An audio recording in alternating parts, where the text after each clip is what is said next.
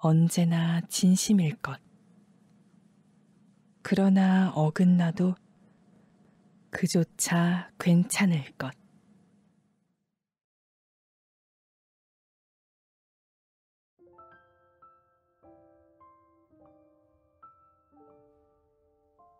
오늘 하루 어떠셨나요? 이리입니다. 안녕하세요. 새해가 왔어요. 갑자기 엄청 추워지고 있는데 겨울 잘 나고 계신가요? 해가 바뀌는 때에는 그쵸? 혹시 올해도 그럴까 싶었는데 역시나 생각이 참 많아지고 있어요. 그냥 삶의 하루하루일 뿐인데 어쩌면 마음을 다질 핑계로 새해를 이용하고 있는 건 아닌가 하는 생각도 들고요.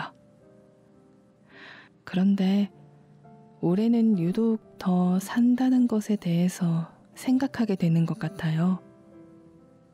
제가 에세이보다 소설을 선호하는 편이었는데 오늘도 에세이를 들고 온 이유입니다. 작가의 생각을 읽어나가면서 맞아, 나도 그래, 그런 감탄사를 몇 번이나 뱉었던 것 같아요. 이런 공감이 마음의 따뜻한 위로로 자리하고요. 그래서 여러분께도 따뜻하게 들려드리고 싶어서 책을 다시 한번 펼쳤습니다. 새해 복 많이 받으세요. 힘들어하지 말아요, 우리.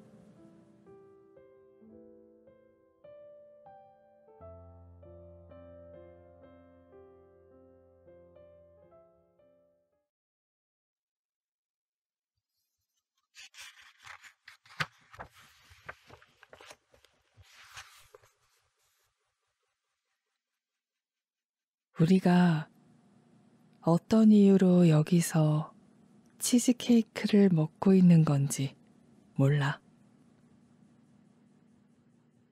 인생이란 뭘까? 이게 인생일까? 나와 내 친구들 사이에서 하루에 10번은 더 뱉는 탄식이다. 쓸쓸히 굶어 죽는 것보단 애쓰며 살아가는 쪽을 택했지만 견뎌야 하는 것에 시시로 한멸을 느낀다.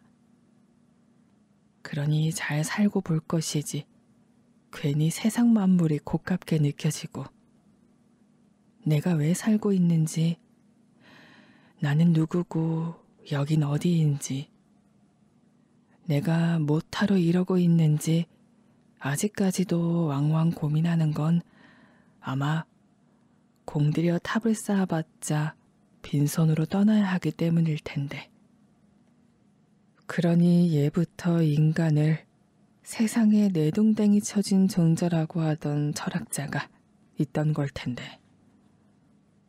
아니 그러니까 하이데거도 니체도 모두 결국 존재하지 않는 이 판국에 이게 무슨 소용인가.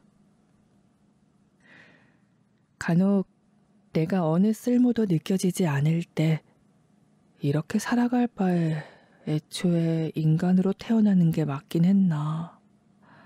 나에겐 너무나도 귀찮은 게 인생이로다.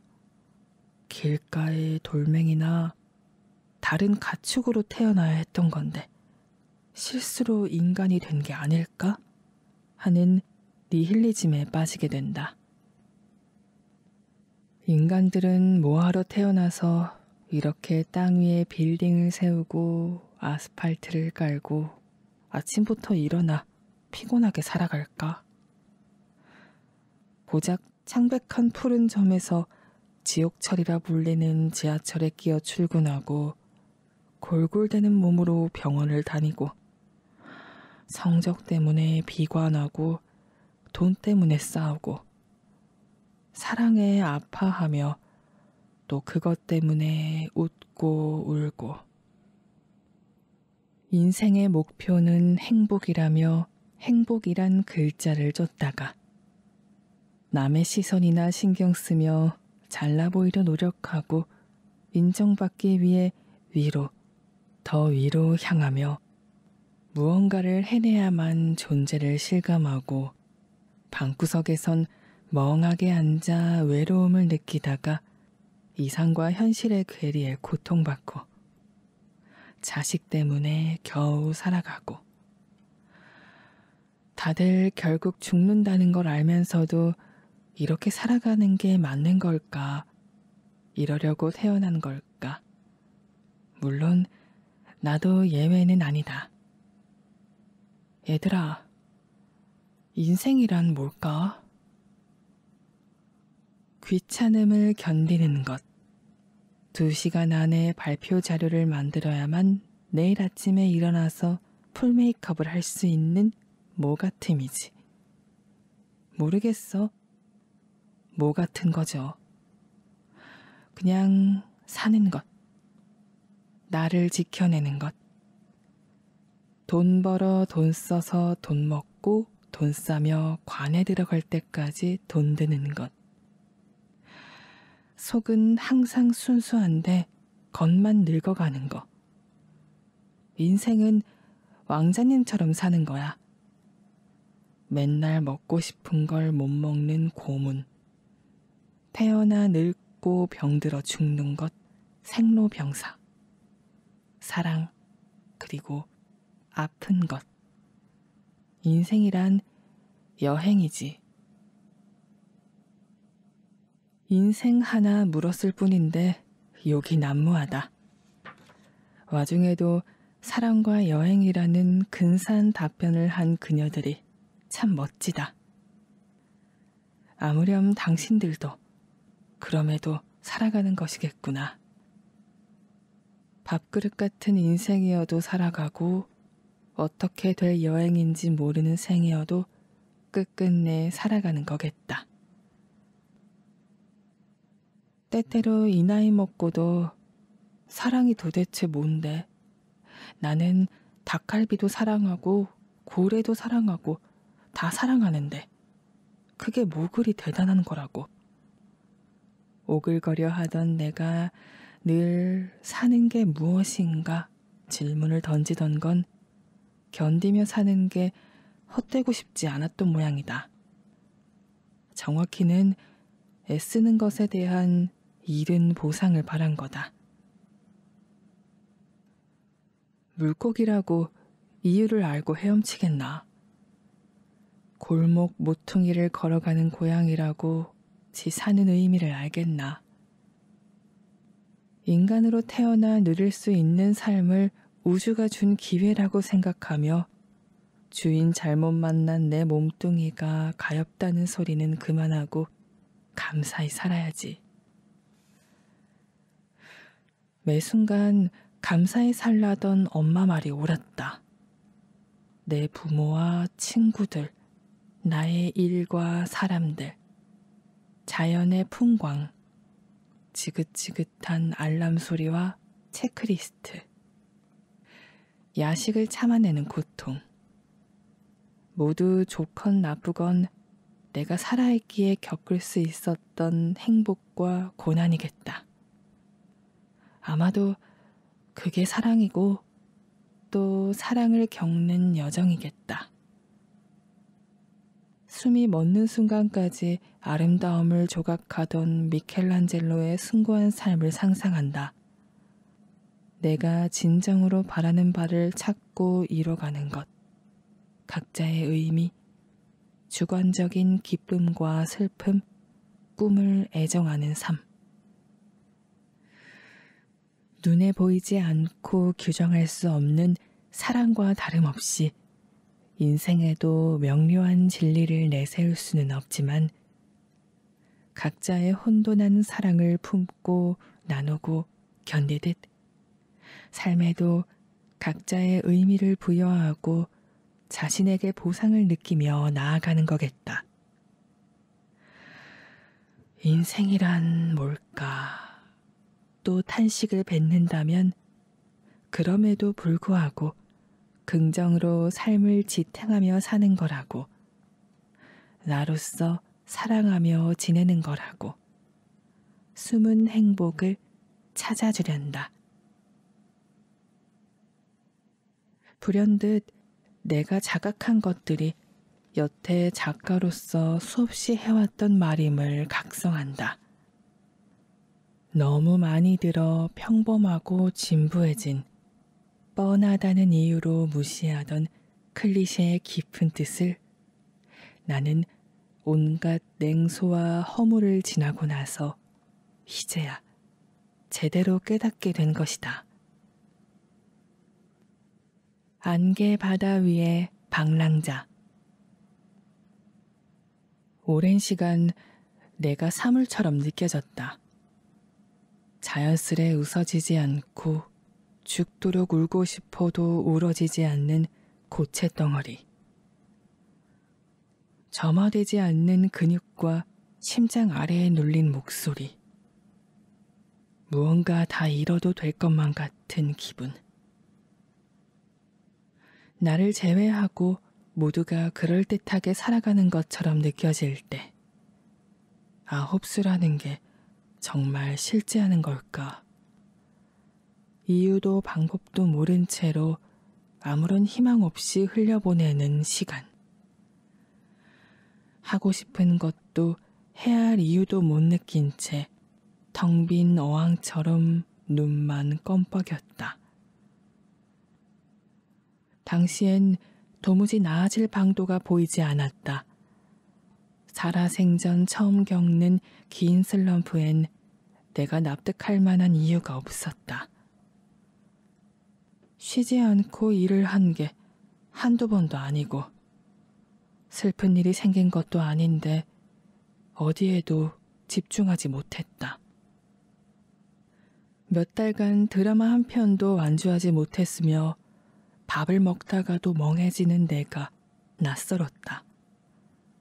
물론 일도 제대로 할 수 없어서 들어오는 외주를 모두 거절했더니 완전히 끊겨버렸다.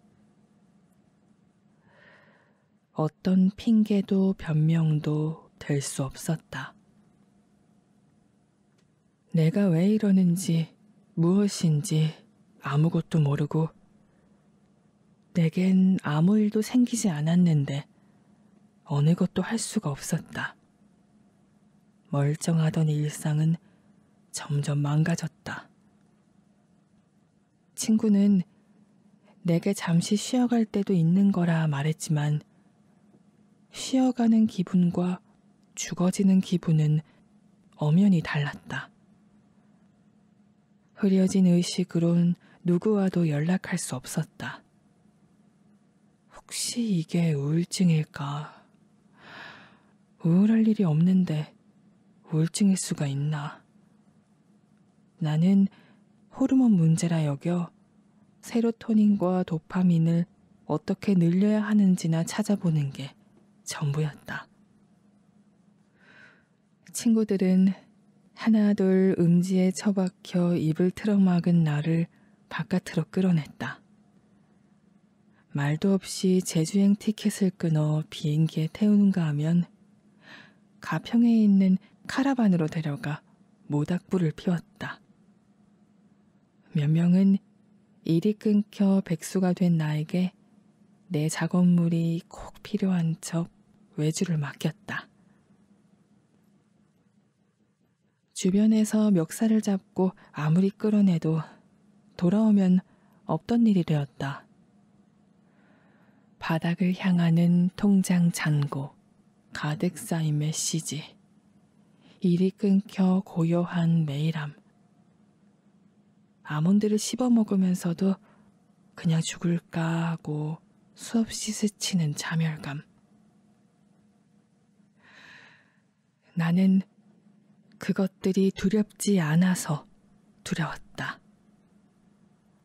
여태 살아오게 만든 것들이 모두 무의미해졌으며 어느 것도 절박하지 않은 내 존재가 무서웠다. 일어서야만 했다. 이대로 죽어도 아쉽지 않단 생각으로 살아왔지만 실은 그래도 살고 싶어서, 아끼던 것들을 더 오래 아끼고 싶어서 오늘을 버티고 내일을 맞이했던 것이다. 아침이 되면 사라지길 빌고 또 빌었어도 봄날의 햇살과 아이스 아메리카노 한 잔이면 그래도 이게 인생이지 하며 사라지는 게 인간이라고. 그리고 이 시간이 지나면 증발할 기억들을 틈틈이 기록했다. 손가락만 움직이면 할 수 있는 것부터 시작한 거다. 가장 강하게 느껴지는 감정, 떠오르는 기억, 눈앞에 보이는 것, 지금 바라는 것. 어떠한 주제나 맥락 없이 무언가 떠오르면 닥치는 대로 적었다. 그렇게 몇 달을 기록했다. 그날의 메모들을 지금 펼쳐보면 마치 다른 사람의 일기를 훔쳐보는 듯 상당히 자학적이고 절망적이다. 그러니 자연히 내가 이걸 왜 기록하고 있지? 하는 의문을 품었다. 아빠 손을 잡고 도서관에 다닐 때부터 나는 좋은 글을 쓰고 싶었다. 흩어진 활자들을 모으고 모아 언젠가 나도 훗날 길이 남을 문학을 하겠다고. 흘러가는 세상을 부단히 겪고 기억하려던 내게 쓰는 일은 살아갈 이유였고 꿈이었다. 나를 더 들여다보려던 날들, 타인에 대한 호기심, 오랜 학문에 대한 지적 갈증, 견문을 넓히고 해안을 얻으려는 발악. 특히나 굳이 안 할 것 같은 것들을 하고 다닐 때, 갑자기 아르바이트를 하러 갈 때라든지, 그 모든 게 글의 재료를 모아두려던 계략이자 생의 수단이었다. 여름이 가고 또 하나의 여름이 갔다. 나는 아주 조금씩 나아지고 있었다. 운동도 다시 시작하고 미용실에도 들렀다. 나의 가장 연약한 부분들에 세살을 돋게 만든 건 마음먹지 않아도 하게 되는 것들이었다. 음악을 듣고 역사와 세상을 구경하며 글을 쓰는 일, 심장을 뛰게 만드는 일, 시키는 사람도 없고 돈이 들어오는 것도 아니지만 하게 되는 일, 그리고 아면 속으로 함몰되지 않도록 틈틈이 나를 두드리고 바깥으로 끌어내던 마음 빌 곳 없도록 내내 채워주던 다정한 사람들이었다. 결국 사랑하는 것들이 나를 움직이게 만든 것이다. 자연이 피어나는 꽃잎처럼 어떤 일이든 해내야 했다. 그렇지 않으면 다시 주저앉을 것 같았다.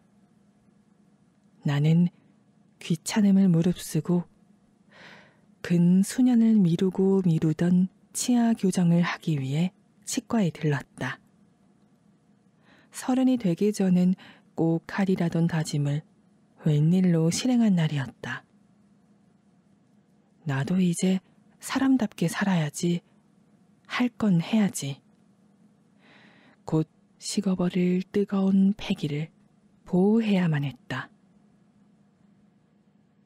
첫날엔 엑스레이를 찍고 질퍽한 석고에 치아를 물리더니 곧이어 누운 사랑니를 뺐다. 며칠이 지나 다시 내원한 날엔 치아를 본뜬 석고 모형을 두고 본격적인 상담을 했다.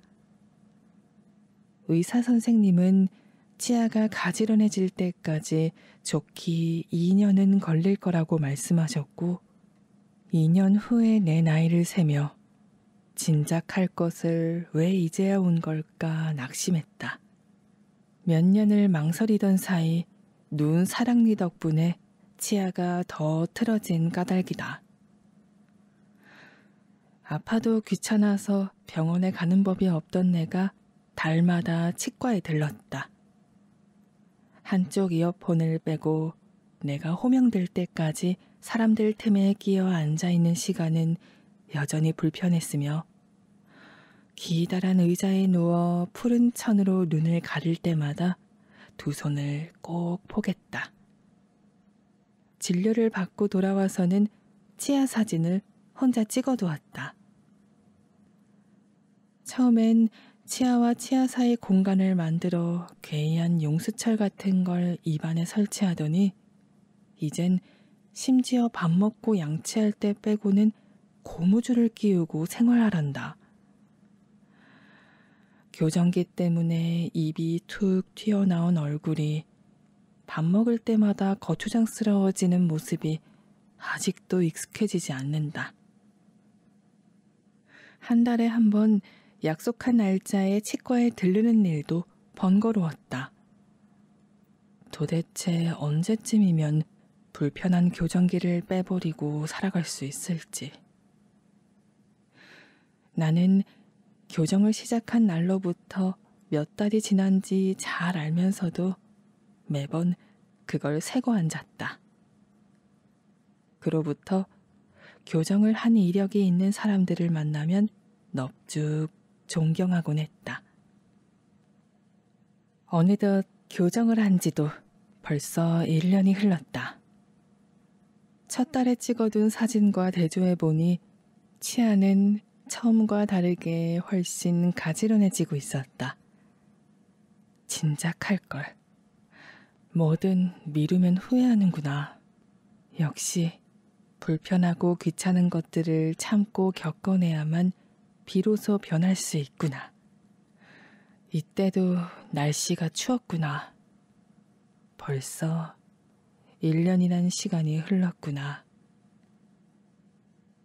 천천히 변모하는 치아처럼 느리더라도 나아지고 있었던 그 무언가를 나는 흉측하면서도 귀여운 교정기를 보며 재인하는 것이다. 나이는 먹어가는데 아무것도 이룬 게 없다고 생각했다. 학창 시절에 꿈꿨던 내 모습은 어디에도 없다고 책망했다. 그러거나 말거나 내 인생이 제일 재밌다고 또 나를 속이며 살았다. 사실 재밌긴 하다. 돌아보면 꽤 많은 것들을 남겼는데도 나는 나를 진심으로 인정해준 적이 없었단 사실을 뉘우친다. 꿈꾸던 기업들과의 협업, 전시와 강의, 서점에 비치된 나의 책과 소중한 독자들, 로망이었던 작업실과 낭만이 가득했던 여행지, 그리고 멀게만 느껴졌던 작가님들과 얼굴을 맞대고 이야기할 수 있게 된 것도 여전히 내 곁에 소중하고 웃긴 친구들이 있는 것도 누워서 휴대폰만 만지고 살았다면 모두 놓쳐버렸을 것들을 아등바등 이루고 지켜냈던 나를 스스로 게으른 사람이라는 타이틀로 가두고 지냈으니 자기 의심으로 만연한 세월을 지나보내며 내 빛을 스스로 가린 셈이다. 이게 네가 한 거냐? 다 사람들이 도와줘서 된 거다. 아직 너의 하찮음을 덜 들켰나 보군. 넌 떳떳해질 자격이 없어. 부족해. 그래도 행복한 줄 알고 살아라. 네 몫은 없지만. 너는 곧 너에게 실망하게 될 거야. 그러니 기대조차 하지 마. 나는 꾸준히 이런 가혹한 문장을 속삭이며 자신을 학대했고 단 한 번도 제대로 존중해주지 않았다. 누구도 비아냥대지 않았는데 내가 부끄러워 구석을 찾아다녔다. 바보도 이런 바보가 없었다. 나는 실패작이 아니라고. 회복력을 가진 사람이라고. 분명 언제 어디서나 나아지고 있는 중이라고. 생각보다 아주 잘하고 있고 참 자랑스럽다고 말해주기까지 이렇게나 오래 걸렸다. 아마 이 책을 쓰지 않았다면 더 늦게 깨달았을 것이다. 자기작을 내겠다고 마음먹었던 나를 칭찬한다. 아주 멋져. 굿. 이제 교정기를 빼기까지 1년이 남았다. 가지런해질 치아만큼 나도 더 선하고 올바른 목적을 향해 기울어지겠노라 결심한다. 그리고 간절히 기다린다. 이 책을 출간하고 다음 책을 쓸 때까지 더 자라날 나를. 또한 교정기를 빼고 시원하게 깍두기를 씹어먹을 수 있을 그날을. 오히려 좋아. 가보자고. 지방에만 근 10년을 옮겨가며 살다가 드디어 상경한다. 나의 첫 자취는 옷가지 하나 챙기지 않고 집에서 나온 날 시작되었고, 몇 개의 계절을 넘긴 지금은 차 한 대로는 절대 옮기지 못할 정도로 물건이 늘었다. 한껏 꾸며놓았던 작업실을 넘기고 고대에서 구했던 저렴한 전셋집을 넘기고 서울 월셋집으로 간다. 서울 집값 더럽게 비싸더라. 혼자 살 집을 구하다가 친구들과 셋이서 함께 살기로 했다. 나에게 사랑과 여행을 알려준 친구들이다. 작년까지만 해도 이곳에서 아무것도 이루지 못한 채 서울로 가는 걸 실패라 느꼈다. 이젠 새로운 출발이다. 잔류한 나를 더 찾고 앞으로 나아가는 일만 남았다. 분명 또 질리고 불편하고 귀찮아질 수 있다. 그러나 더 행복해질 수도 있다. 나를 기대하며 나아갈 수 있다.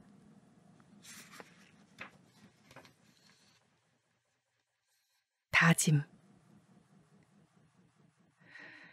위버맨 씨의 삶. 사랑을 표하는 용기. 자신을 무시하는 오만한 자세에서 고쳐 앉기. 지속하는 자기 반성. 낭만주의와 예술. 선크림의 습관화. 다이어트. 조그만 기대. 감사와 관용. 외부와의 친밀감. 어디선가 누군가는 울고 있다는 사실. 언제나 진심일 것. 그러나 어긋나도 그조차 괜찮을 것.